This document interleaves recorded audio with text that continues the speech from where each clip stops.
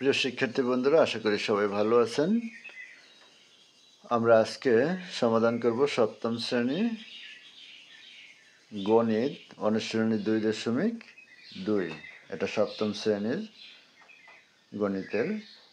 তো এখান থেকে আমরা আজকে 1 এবং 2 এই দুইটা অঙ্ক আমরা আজকে সমাধান করব। এই অধ্যায়ের এটাই আমাদের প্রথম পার্ট। আর এর আগের অধ্যায়গুলোর অঙ্ক আমি আমার আগের ভিডিওতে দিয়েছি, আপনারা যারা না দেখছেন সেখান থেকে দেখে নেবেন। আর যারা আমার চ্যানেলে নতুন তারা চ্যানেলটি সাবস্ক্রাইব করে নেবেন পরবর্তী ভিডিওগুলো পাওয়ার জন্য। আমরা একটু কথা বলে রাখি, সেটা হলো আমরা কয়েকটা দিন ঈদের বন্ধের কারণে, যেহেতু আপনারা সবাই ঈদের ছুটিতে ছিলেন, আমিও একটু ঈদের ছুটিতে কাটিয়েছি, তাই এখানে কোনো ভিডিও দেওয়া হয়নি কয়েকটা দিন যাবৎ। তো এখন থেকে আশা করি আমরা সবসময় ভিডিও দিতে থাকবো, দেখতে থাকবেন আপনারা। আচ্ছা, আমরা এখন এই অঙ্কটা সমাধান করব। একজন দোকানদার প্রতি মিটার 200 টাকা দরে 5 মিটার কাপড় কিনে প্রতি মিটার 225 টাকা দরে বিক্রি করলে কত লাভ হয়েছে। মানে প্রতি মিটার মানে 1 মিটার 200 টাকা দরে মোট 5 মিটার কিনে, আবার প্রতি মিটার 225 টাকা দরে বিক্রি করলে কত লাভ হয়েছে। এখন তাহলে আমরা 1 মিটারে কয় টাকা লাভ হয় এটাই তো দেখলেই 5 মিটারে কত টাকা লাভ হয় সেটা খুঁজে সহজে সমাধান করতে পারবো। আচ্ছা, আমরা এখন এখান থেকে করব।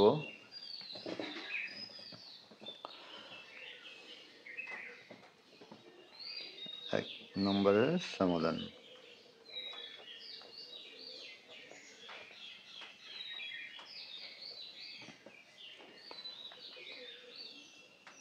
এক মিটার কাপড়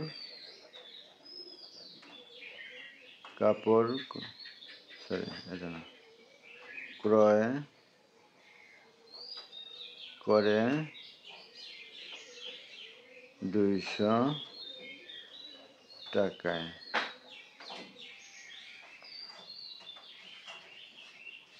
এবং বিক্রয় করে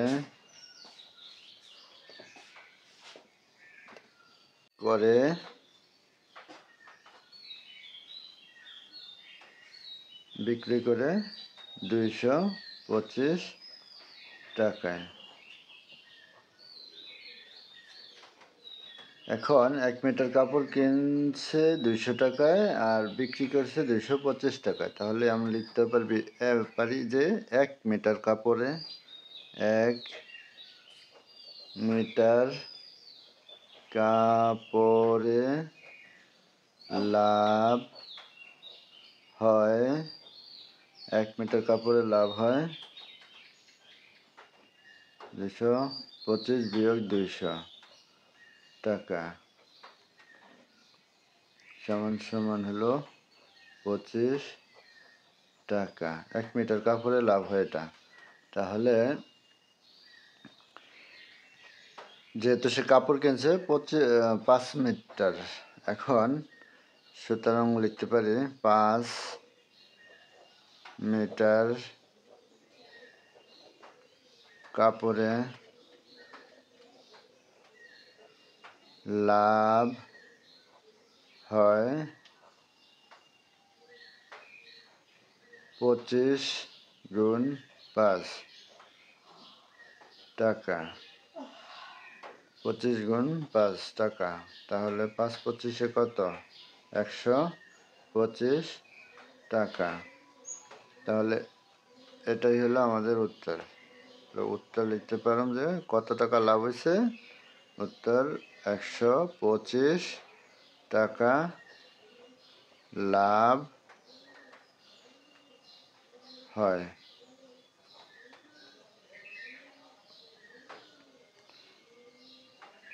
গেল আমাদের এই 1 নম্বর অঙ্কটা। এখানে কোনো কিন্তু শতকরা বা কোনো কিছু চাইনি, এখানে শুধু কত টাকা লাভ হয়েছে সেটাই চাই। তো 2 নম্বর অঙ্কটা, এটাও খুব সহজ, কোনো জটিল কোনো অঙ্ক না, এটাও কারণ প্রথম তো সব অঙ্কগুলো একটু সহজই দেয়, পরে ধীরে ধীরে একটু জটিল অঙ্ক বা একটু কঠিন অঙ্কগুলো দেয়। তো এখন এখানে বলা আছে একজন কমলা বিক্রেতা প্রতি হালি ৬০ টাকা দরে ৫ ডজন কমলা কিনে প্রতি হালি ৫০ টাকা দরে বিক্রি করলে কত ক্ষতি হয়েছে? তাহলে কিনছে ৫ ডজন, এখানে লিখতে হবে আমরা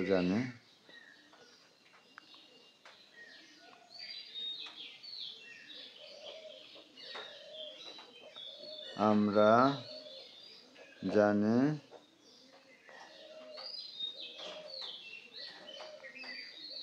এক হালি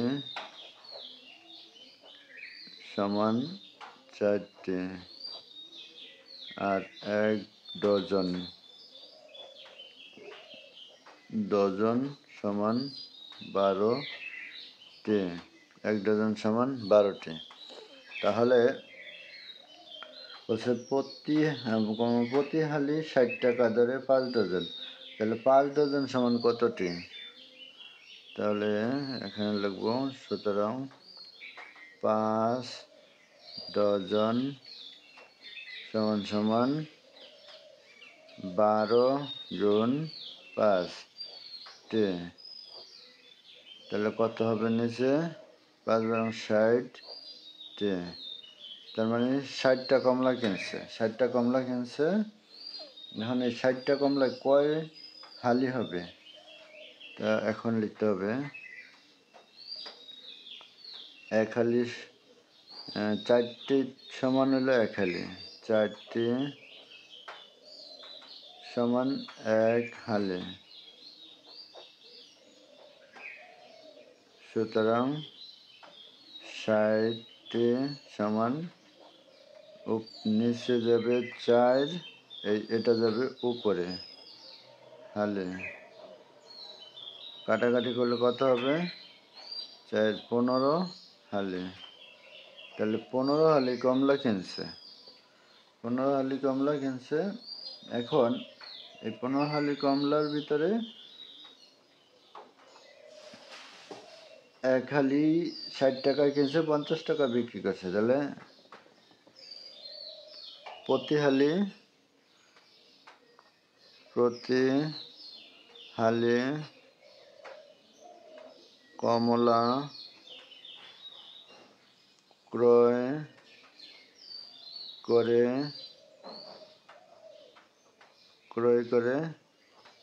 ৬০ টাকায় এবং বিক্রয় করে ৫০ টাকায়, তাহলে ক্ষতি হয়। তাহলে আমরা এখানে লিখব, দেখা যাচ্ছে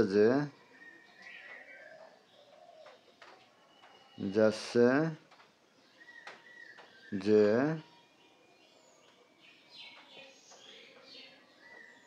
প্রতি হালিতে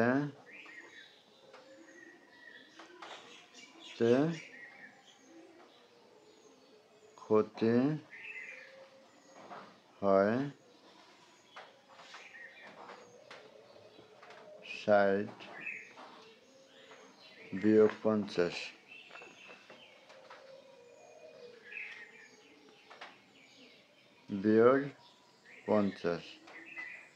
টাকা সমান হলো ১০ টাকা। প্রতি হালিতে ক্ষতি হয় ১০ টাকা, তাহলে সুতরাং ১৫ হালিতে ক্ষতি হয়